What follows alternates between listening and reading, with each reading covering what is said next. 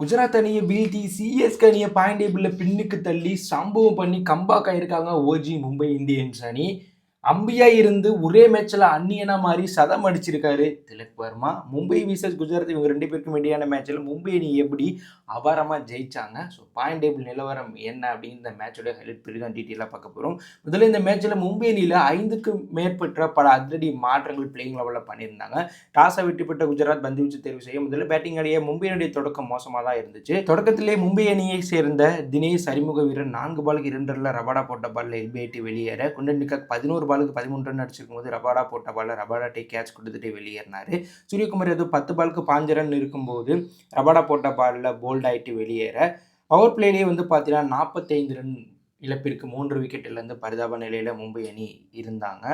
So பின்னர் களமிறங்கிய நமன்தீப், திலக் வர்மா போட்டி அங்கிருந்து கொஞ்சம் கொஞ்சமாக அதிரடியாக எடுத்துகிட்டு போனாங்க. ஸோ தொடக்கத்தில் இவங்க 2 பேரும் ஸ்லோவாக விளாண்டாலும் அதுக்கப்புறம் அதிரடியாக விளாண்டாங்க. இதில் நமன்தீப் 32 பாலுக்கு 45 ரன், 6 பவுண்டரி, 1 6 அடித்து ஒரு நல்ல கேமியோ நாக் விளாண்டுருப்பாங்க. அதுக்கப்புறம் உள்ள வந்த ஹர்திக் பாண்டியா டெஸ்ட் மேட்ச் விளாட திலக் வர்மா கடைசி 4 ஓவரில் சம்பவம் பண்ணியிருப்பார். அதாவது திலக் வர்மா முதல் 23 பாலுக்கு 19 ரன் அடிச்சிருப்பார். கடைசி 23 பாலுக்கு 82 ரன் அடித்து அவருடைய முதல் ஐபிஎல் சதத்தை அடித்து சம்பவம் பண்ணி கம்பேக் ஆகியிருப்பார். திலக் வர்மா இந்த சீசனில் மோசமாக விளாண்டதுனாலையும் மும்பையினுடைய மோசமான தொடர் தோல்விக்கு முக்கிய காரணம். இதனால் திலக் வர்மாவை சிஎஸ்கே கிட்ட ட்ரேட் பண்ணிடுங்க அப்படிங்கிற மாதிரி ஒரு சில ரசிகர்களே கலாச்சாங்க திலக்கை.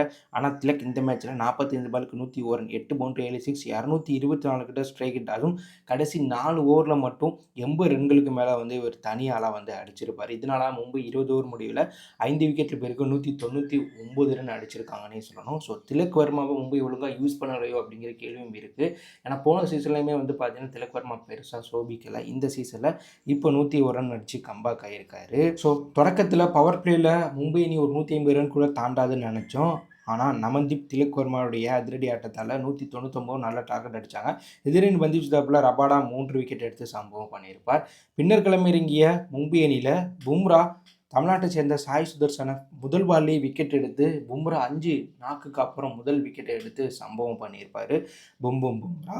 ஸோ அதுக்கப்புறம் வீட்டில் யாருமே பெருசாக சோதிக்கலை. குறிப்பாக சொல்லலாம் கேப்டன் சுபம் கில் 13 பாலுக்கு 14 ரன் அடிச்சிருக்கும் போது அவினேஷ்குமார் போட்ட பாலில் கேட்ச் கொடுத்துட்டு வெளியேற, ஜாஸ் பட்லர் 6 பாலுக்கு 5 ரன் அடிச்சிருக்கும் போது ஹர்திக் பாண்டியா போட்ட பாலில் எல்பிஐடி வெளியேறியிருப்பார். வாஷிங்டன் சுந்தர் மட்டும் கொஞ்சம் அதிரடியாக விளாண்டுருப்பார். அவர் 17 பாலுக்கு 26 ரன் அடிச்சிருக்கும் போது மிச்சில் சாட்னர் போட்ட பாலில் நமன்தீப்ட கேட்ச் கொடுத்துட்டு வெளியேறியிருப்பார்.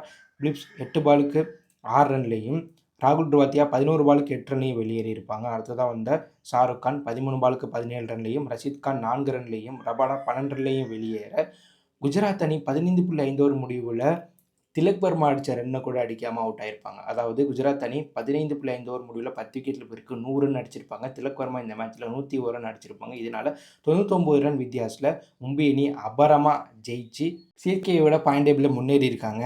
ஸோ மும்பை அணி பந்து வீச்சு தரப்பில் அஸ்வினி குமார் 4 ஓவர் 24 ரன்களை விட்டு கொடுத்து 4 விக்கெட்டும், சாட்னர், கஜன் 2 விக்கெட்டும் எடுத்திருப்பாங்க. பும்ரா, ஹர்திக் பாண்டியா தலா 1 விக்கெட் எடுத்திருக்காங்க.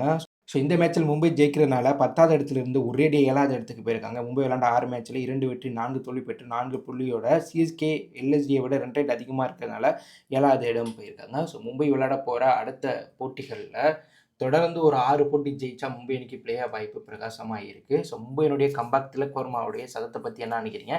மும்பை இதே போல் விளாண்டா 6வது கப்பை ஜெயிக்க முடியுமா? அப்படி ஒரு கருத்தை கமெண்ட்ல லீவ் பண்ணுங்கள். தேங்க்யூ ஃபார் வாட்சிங்.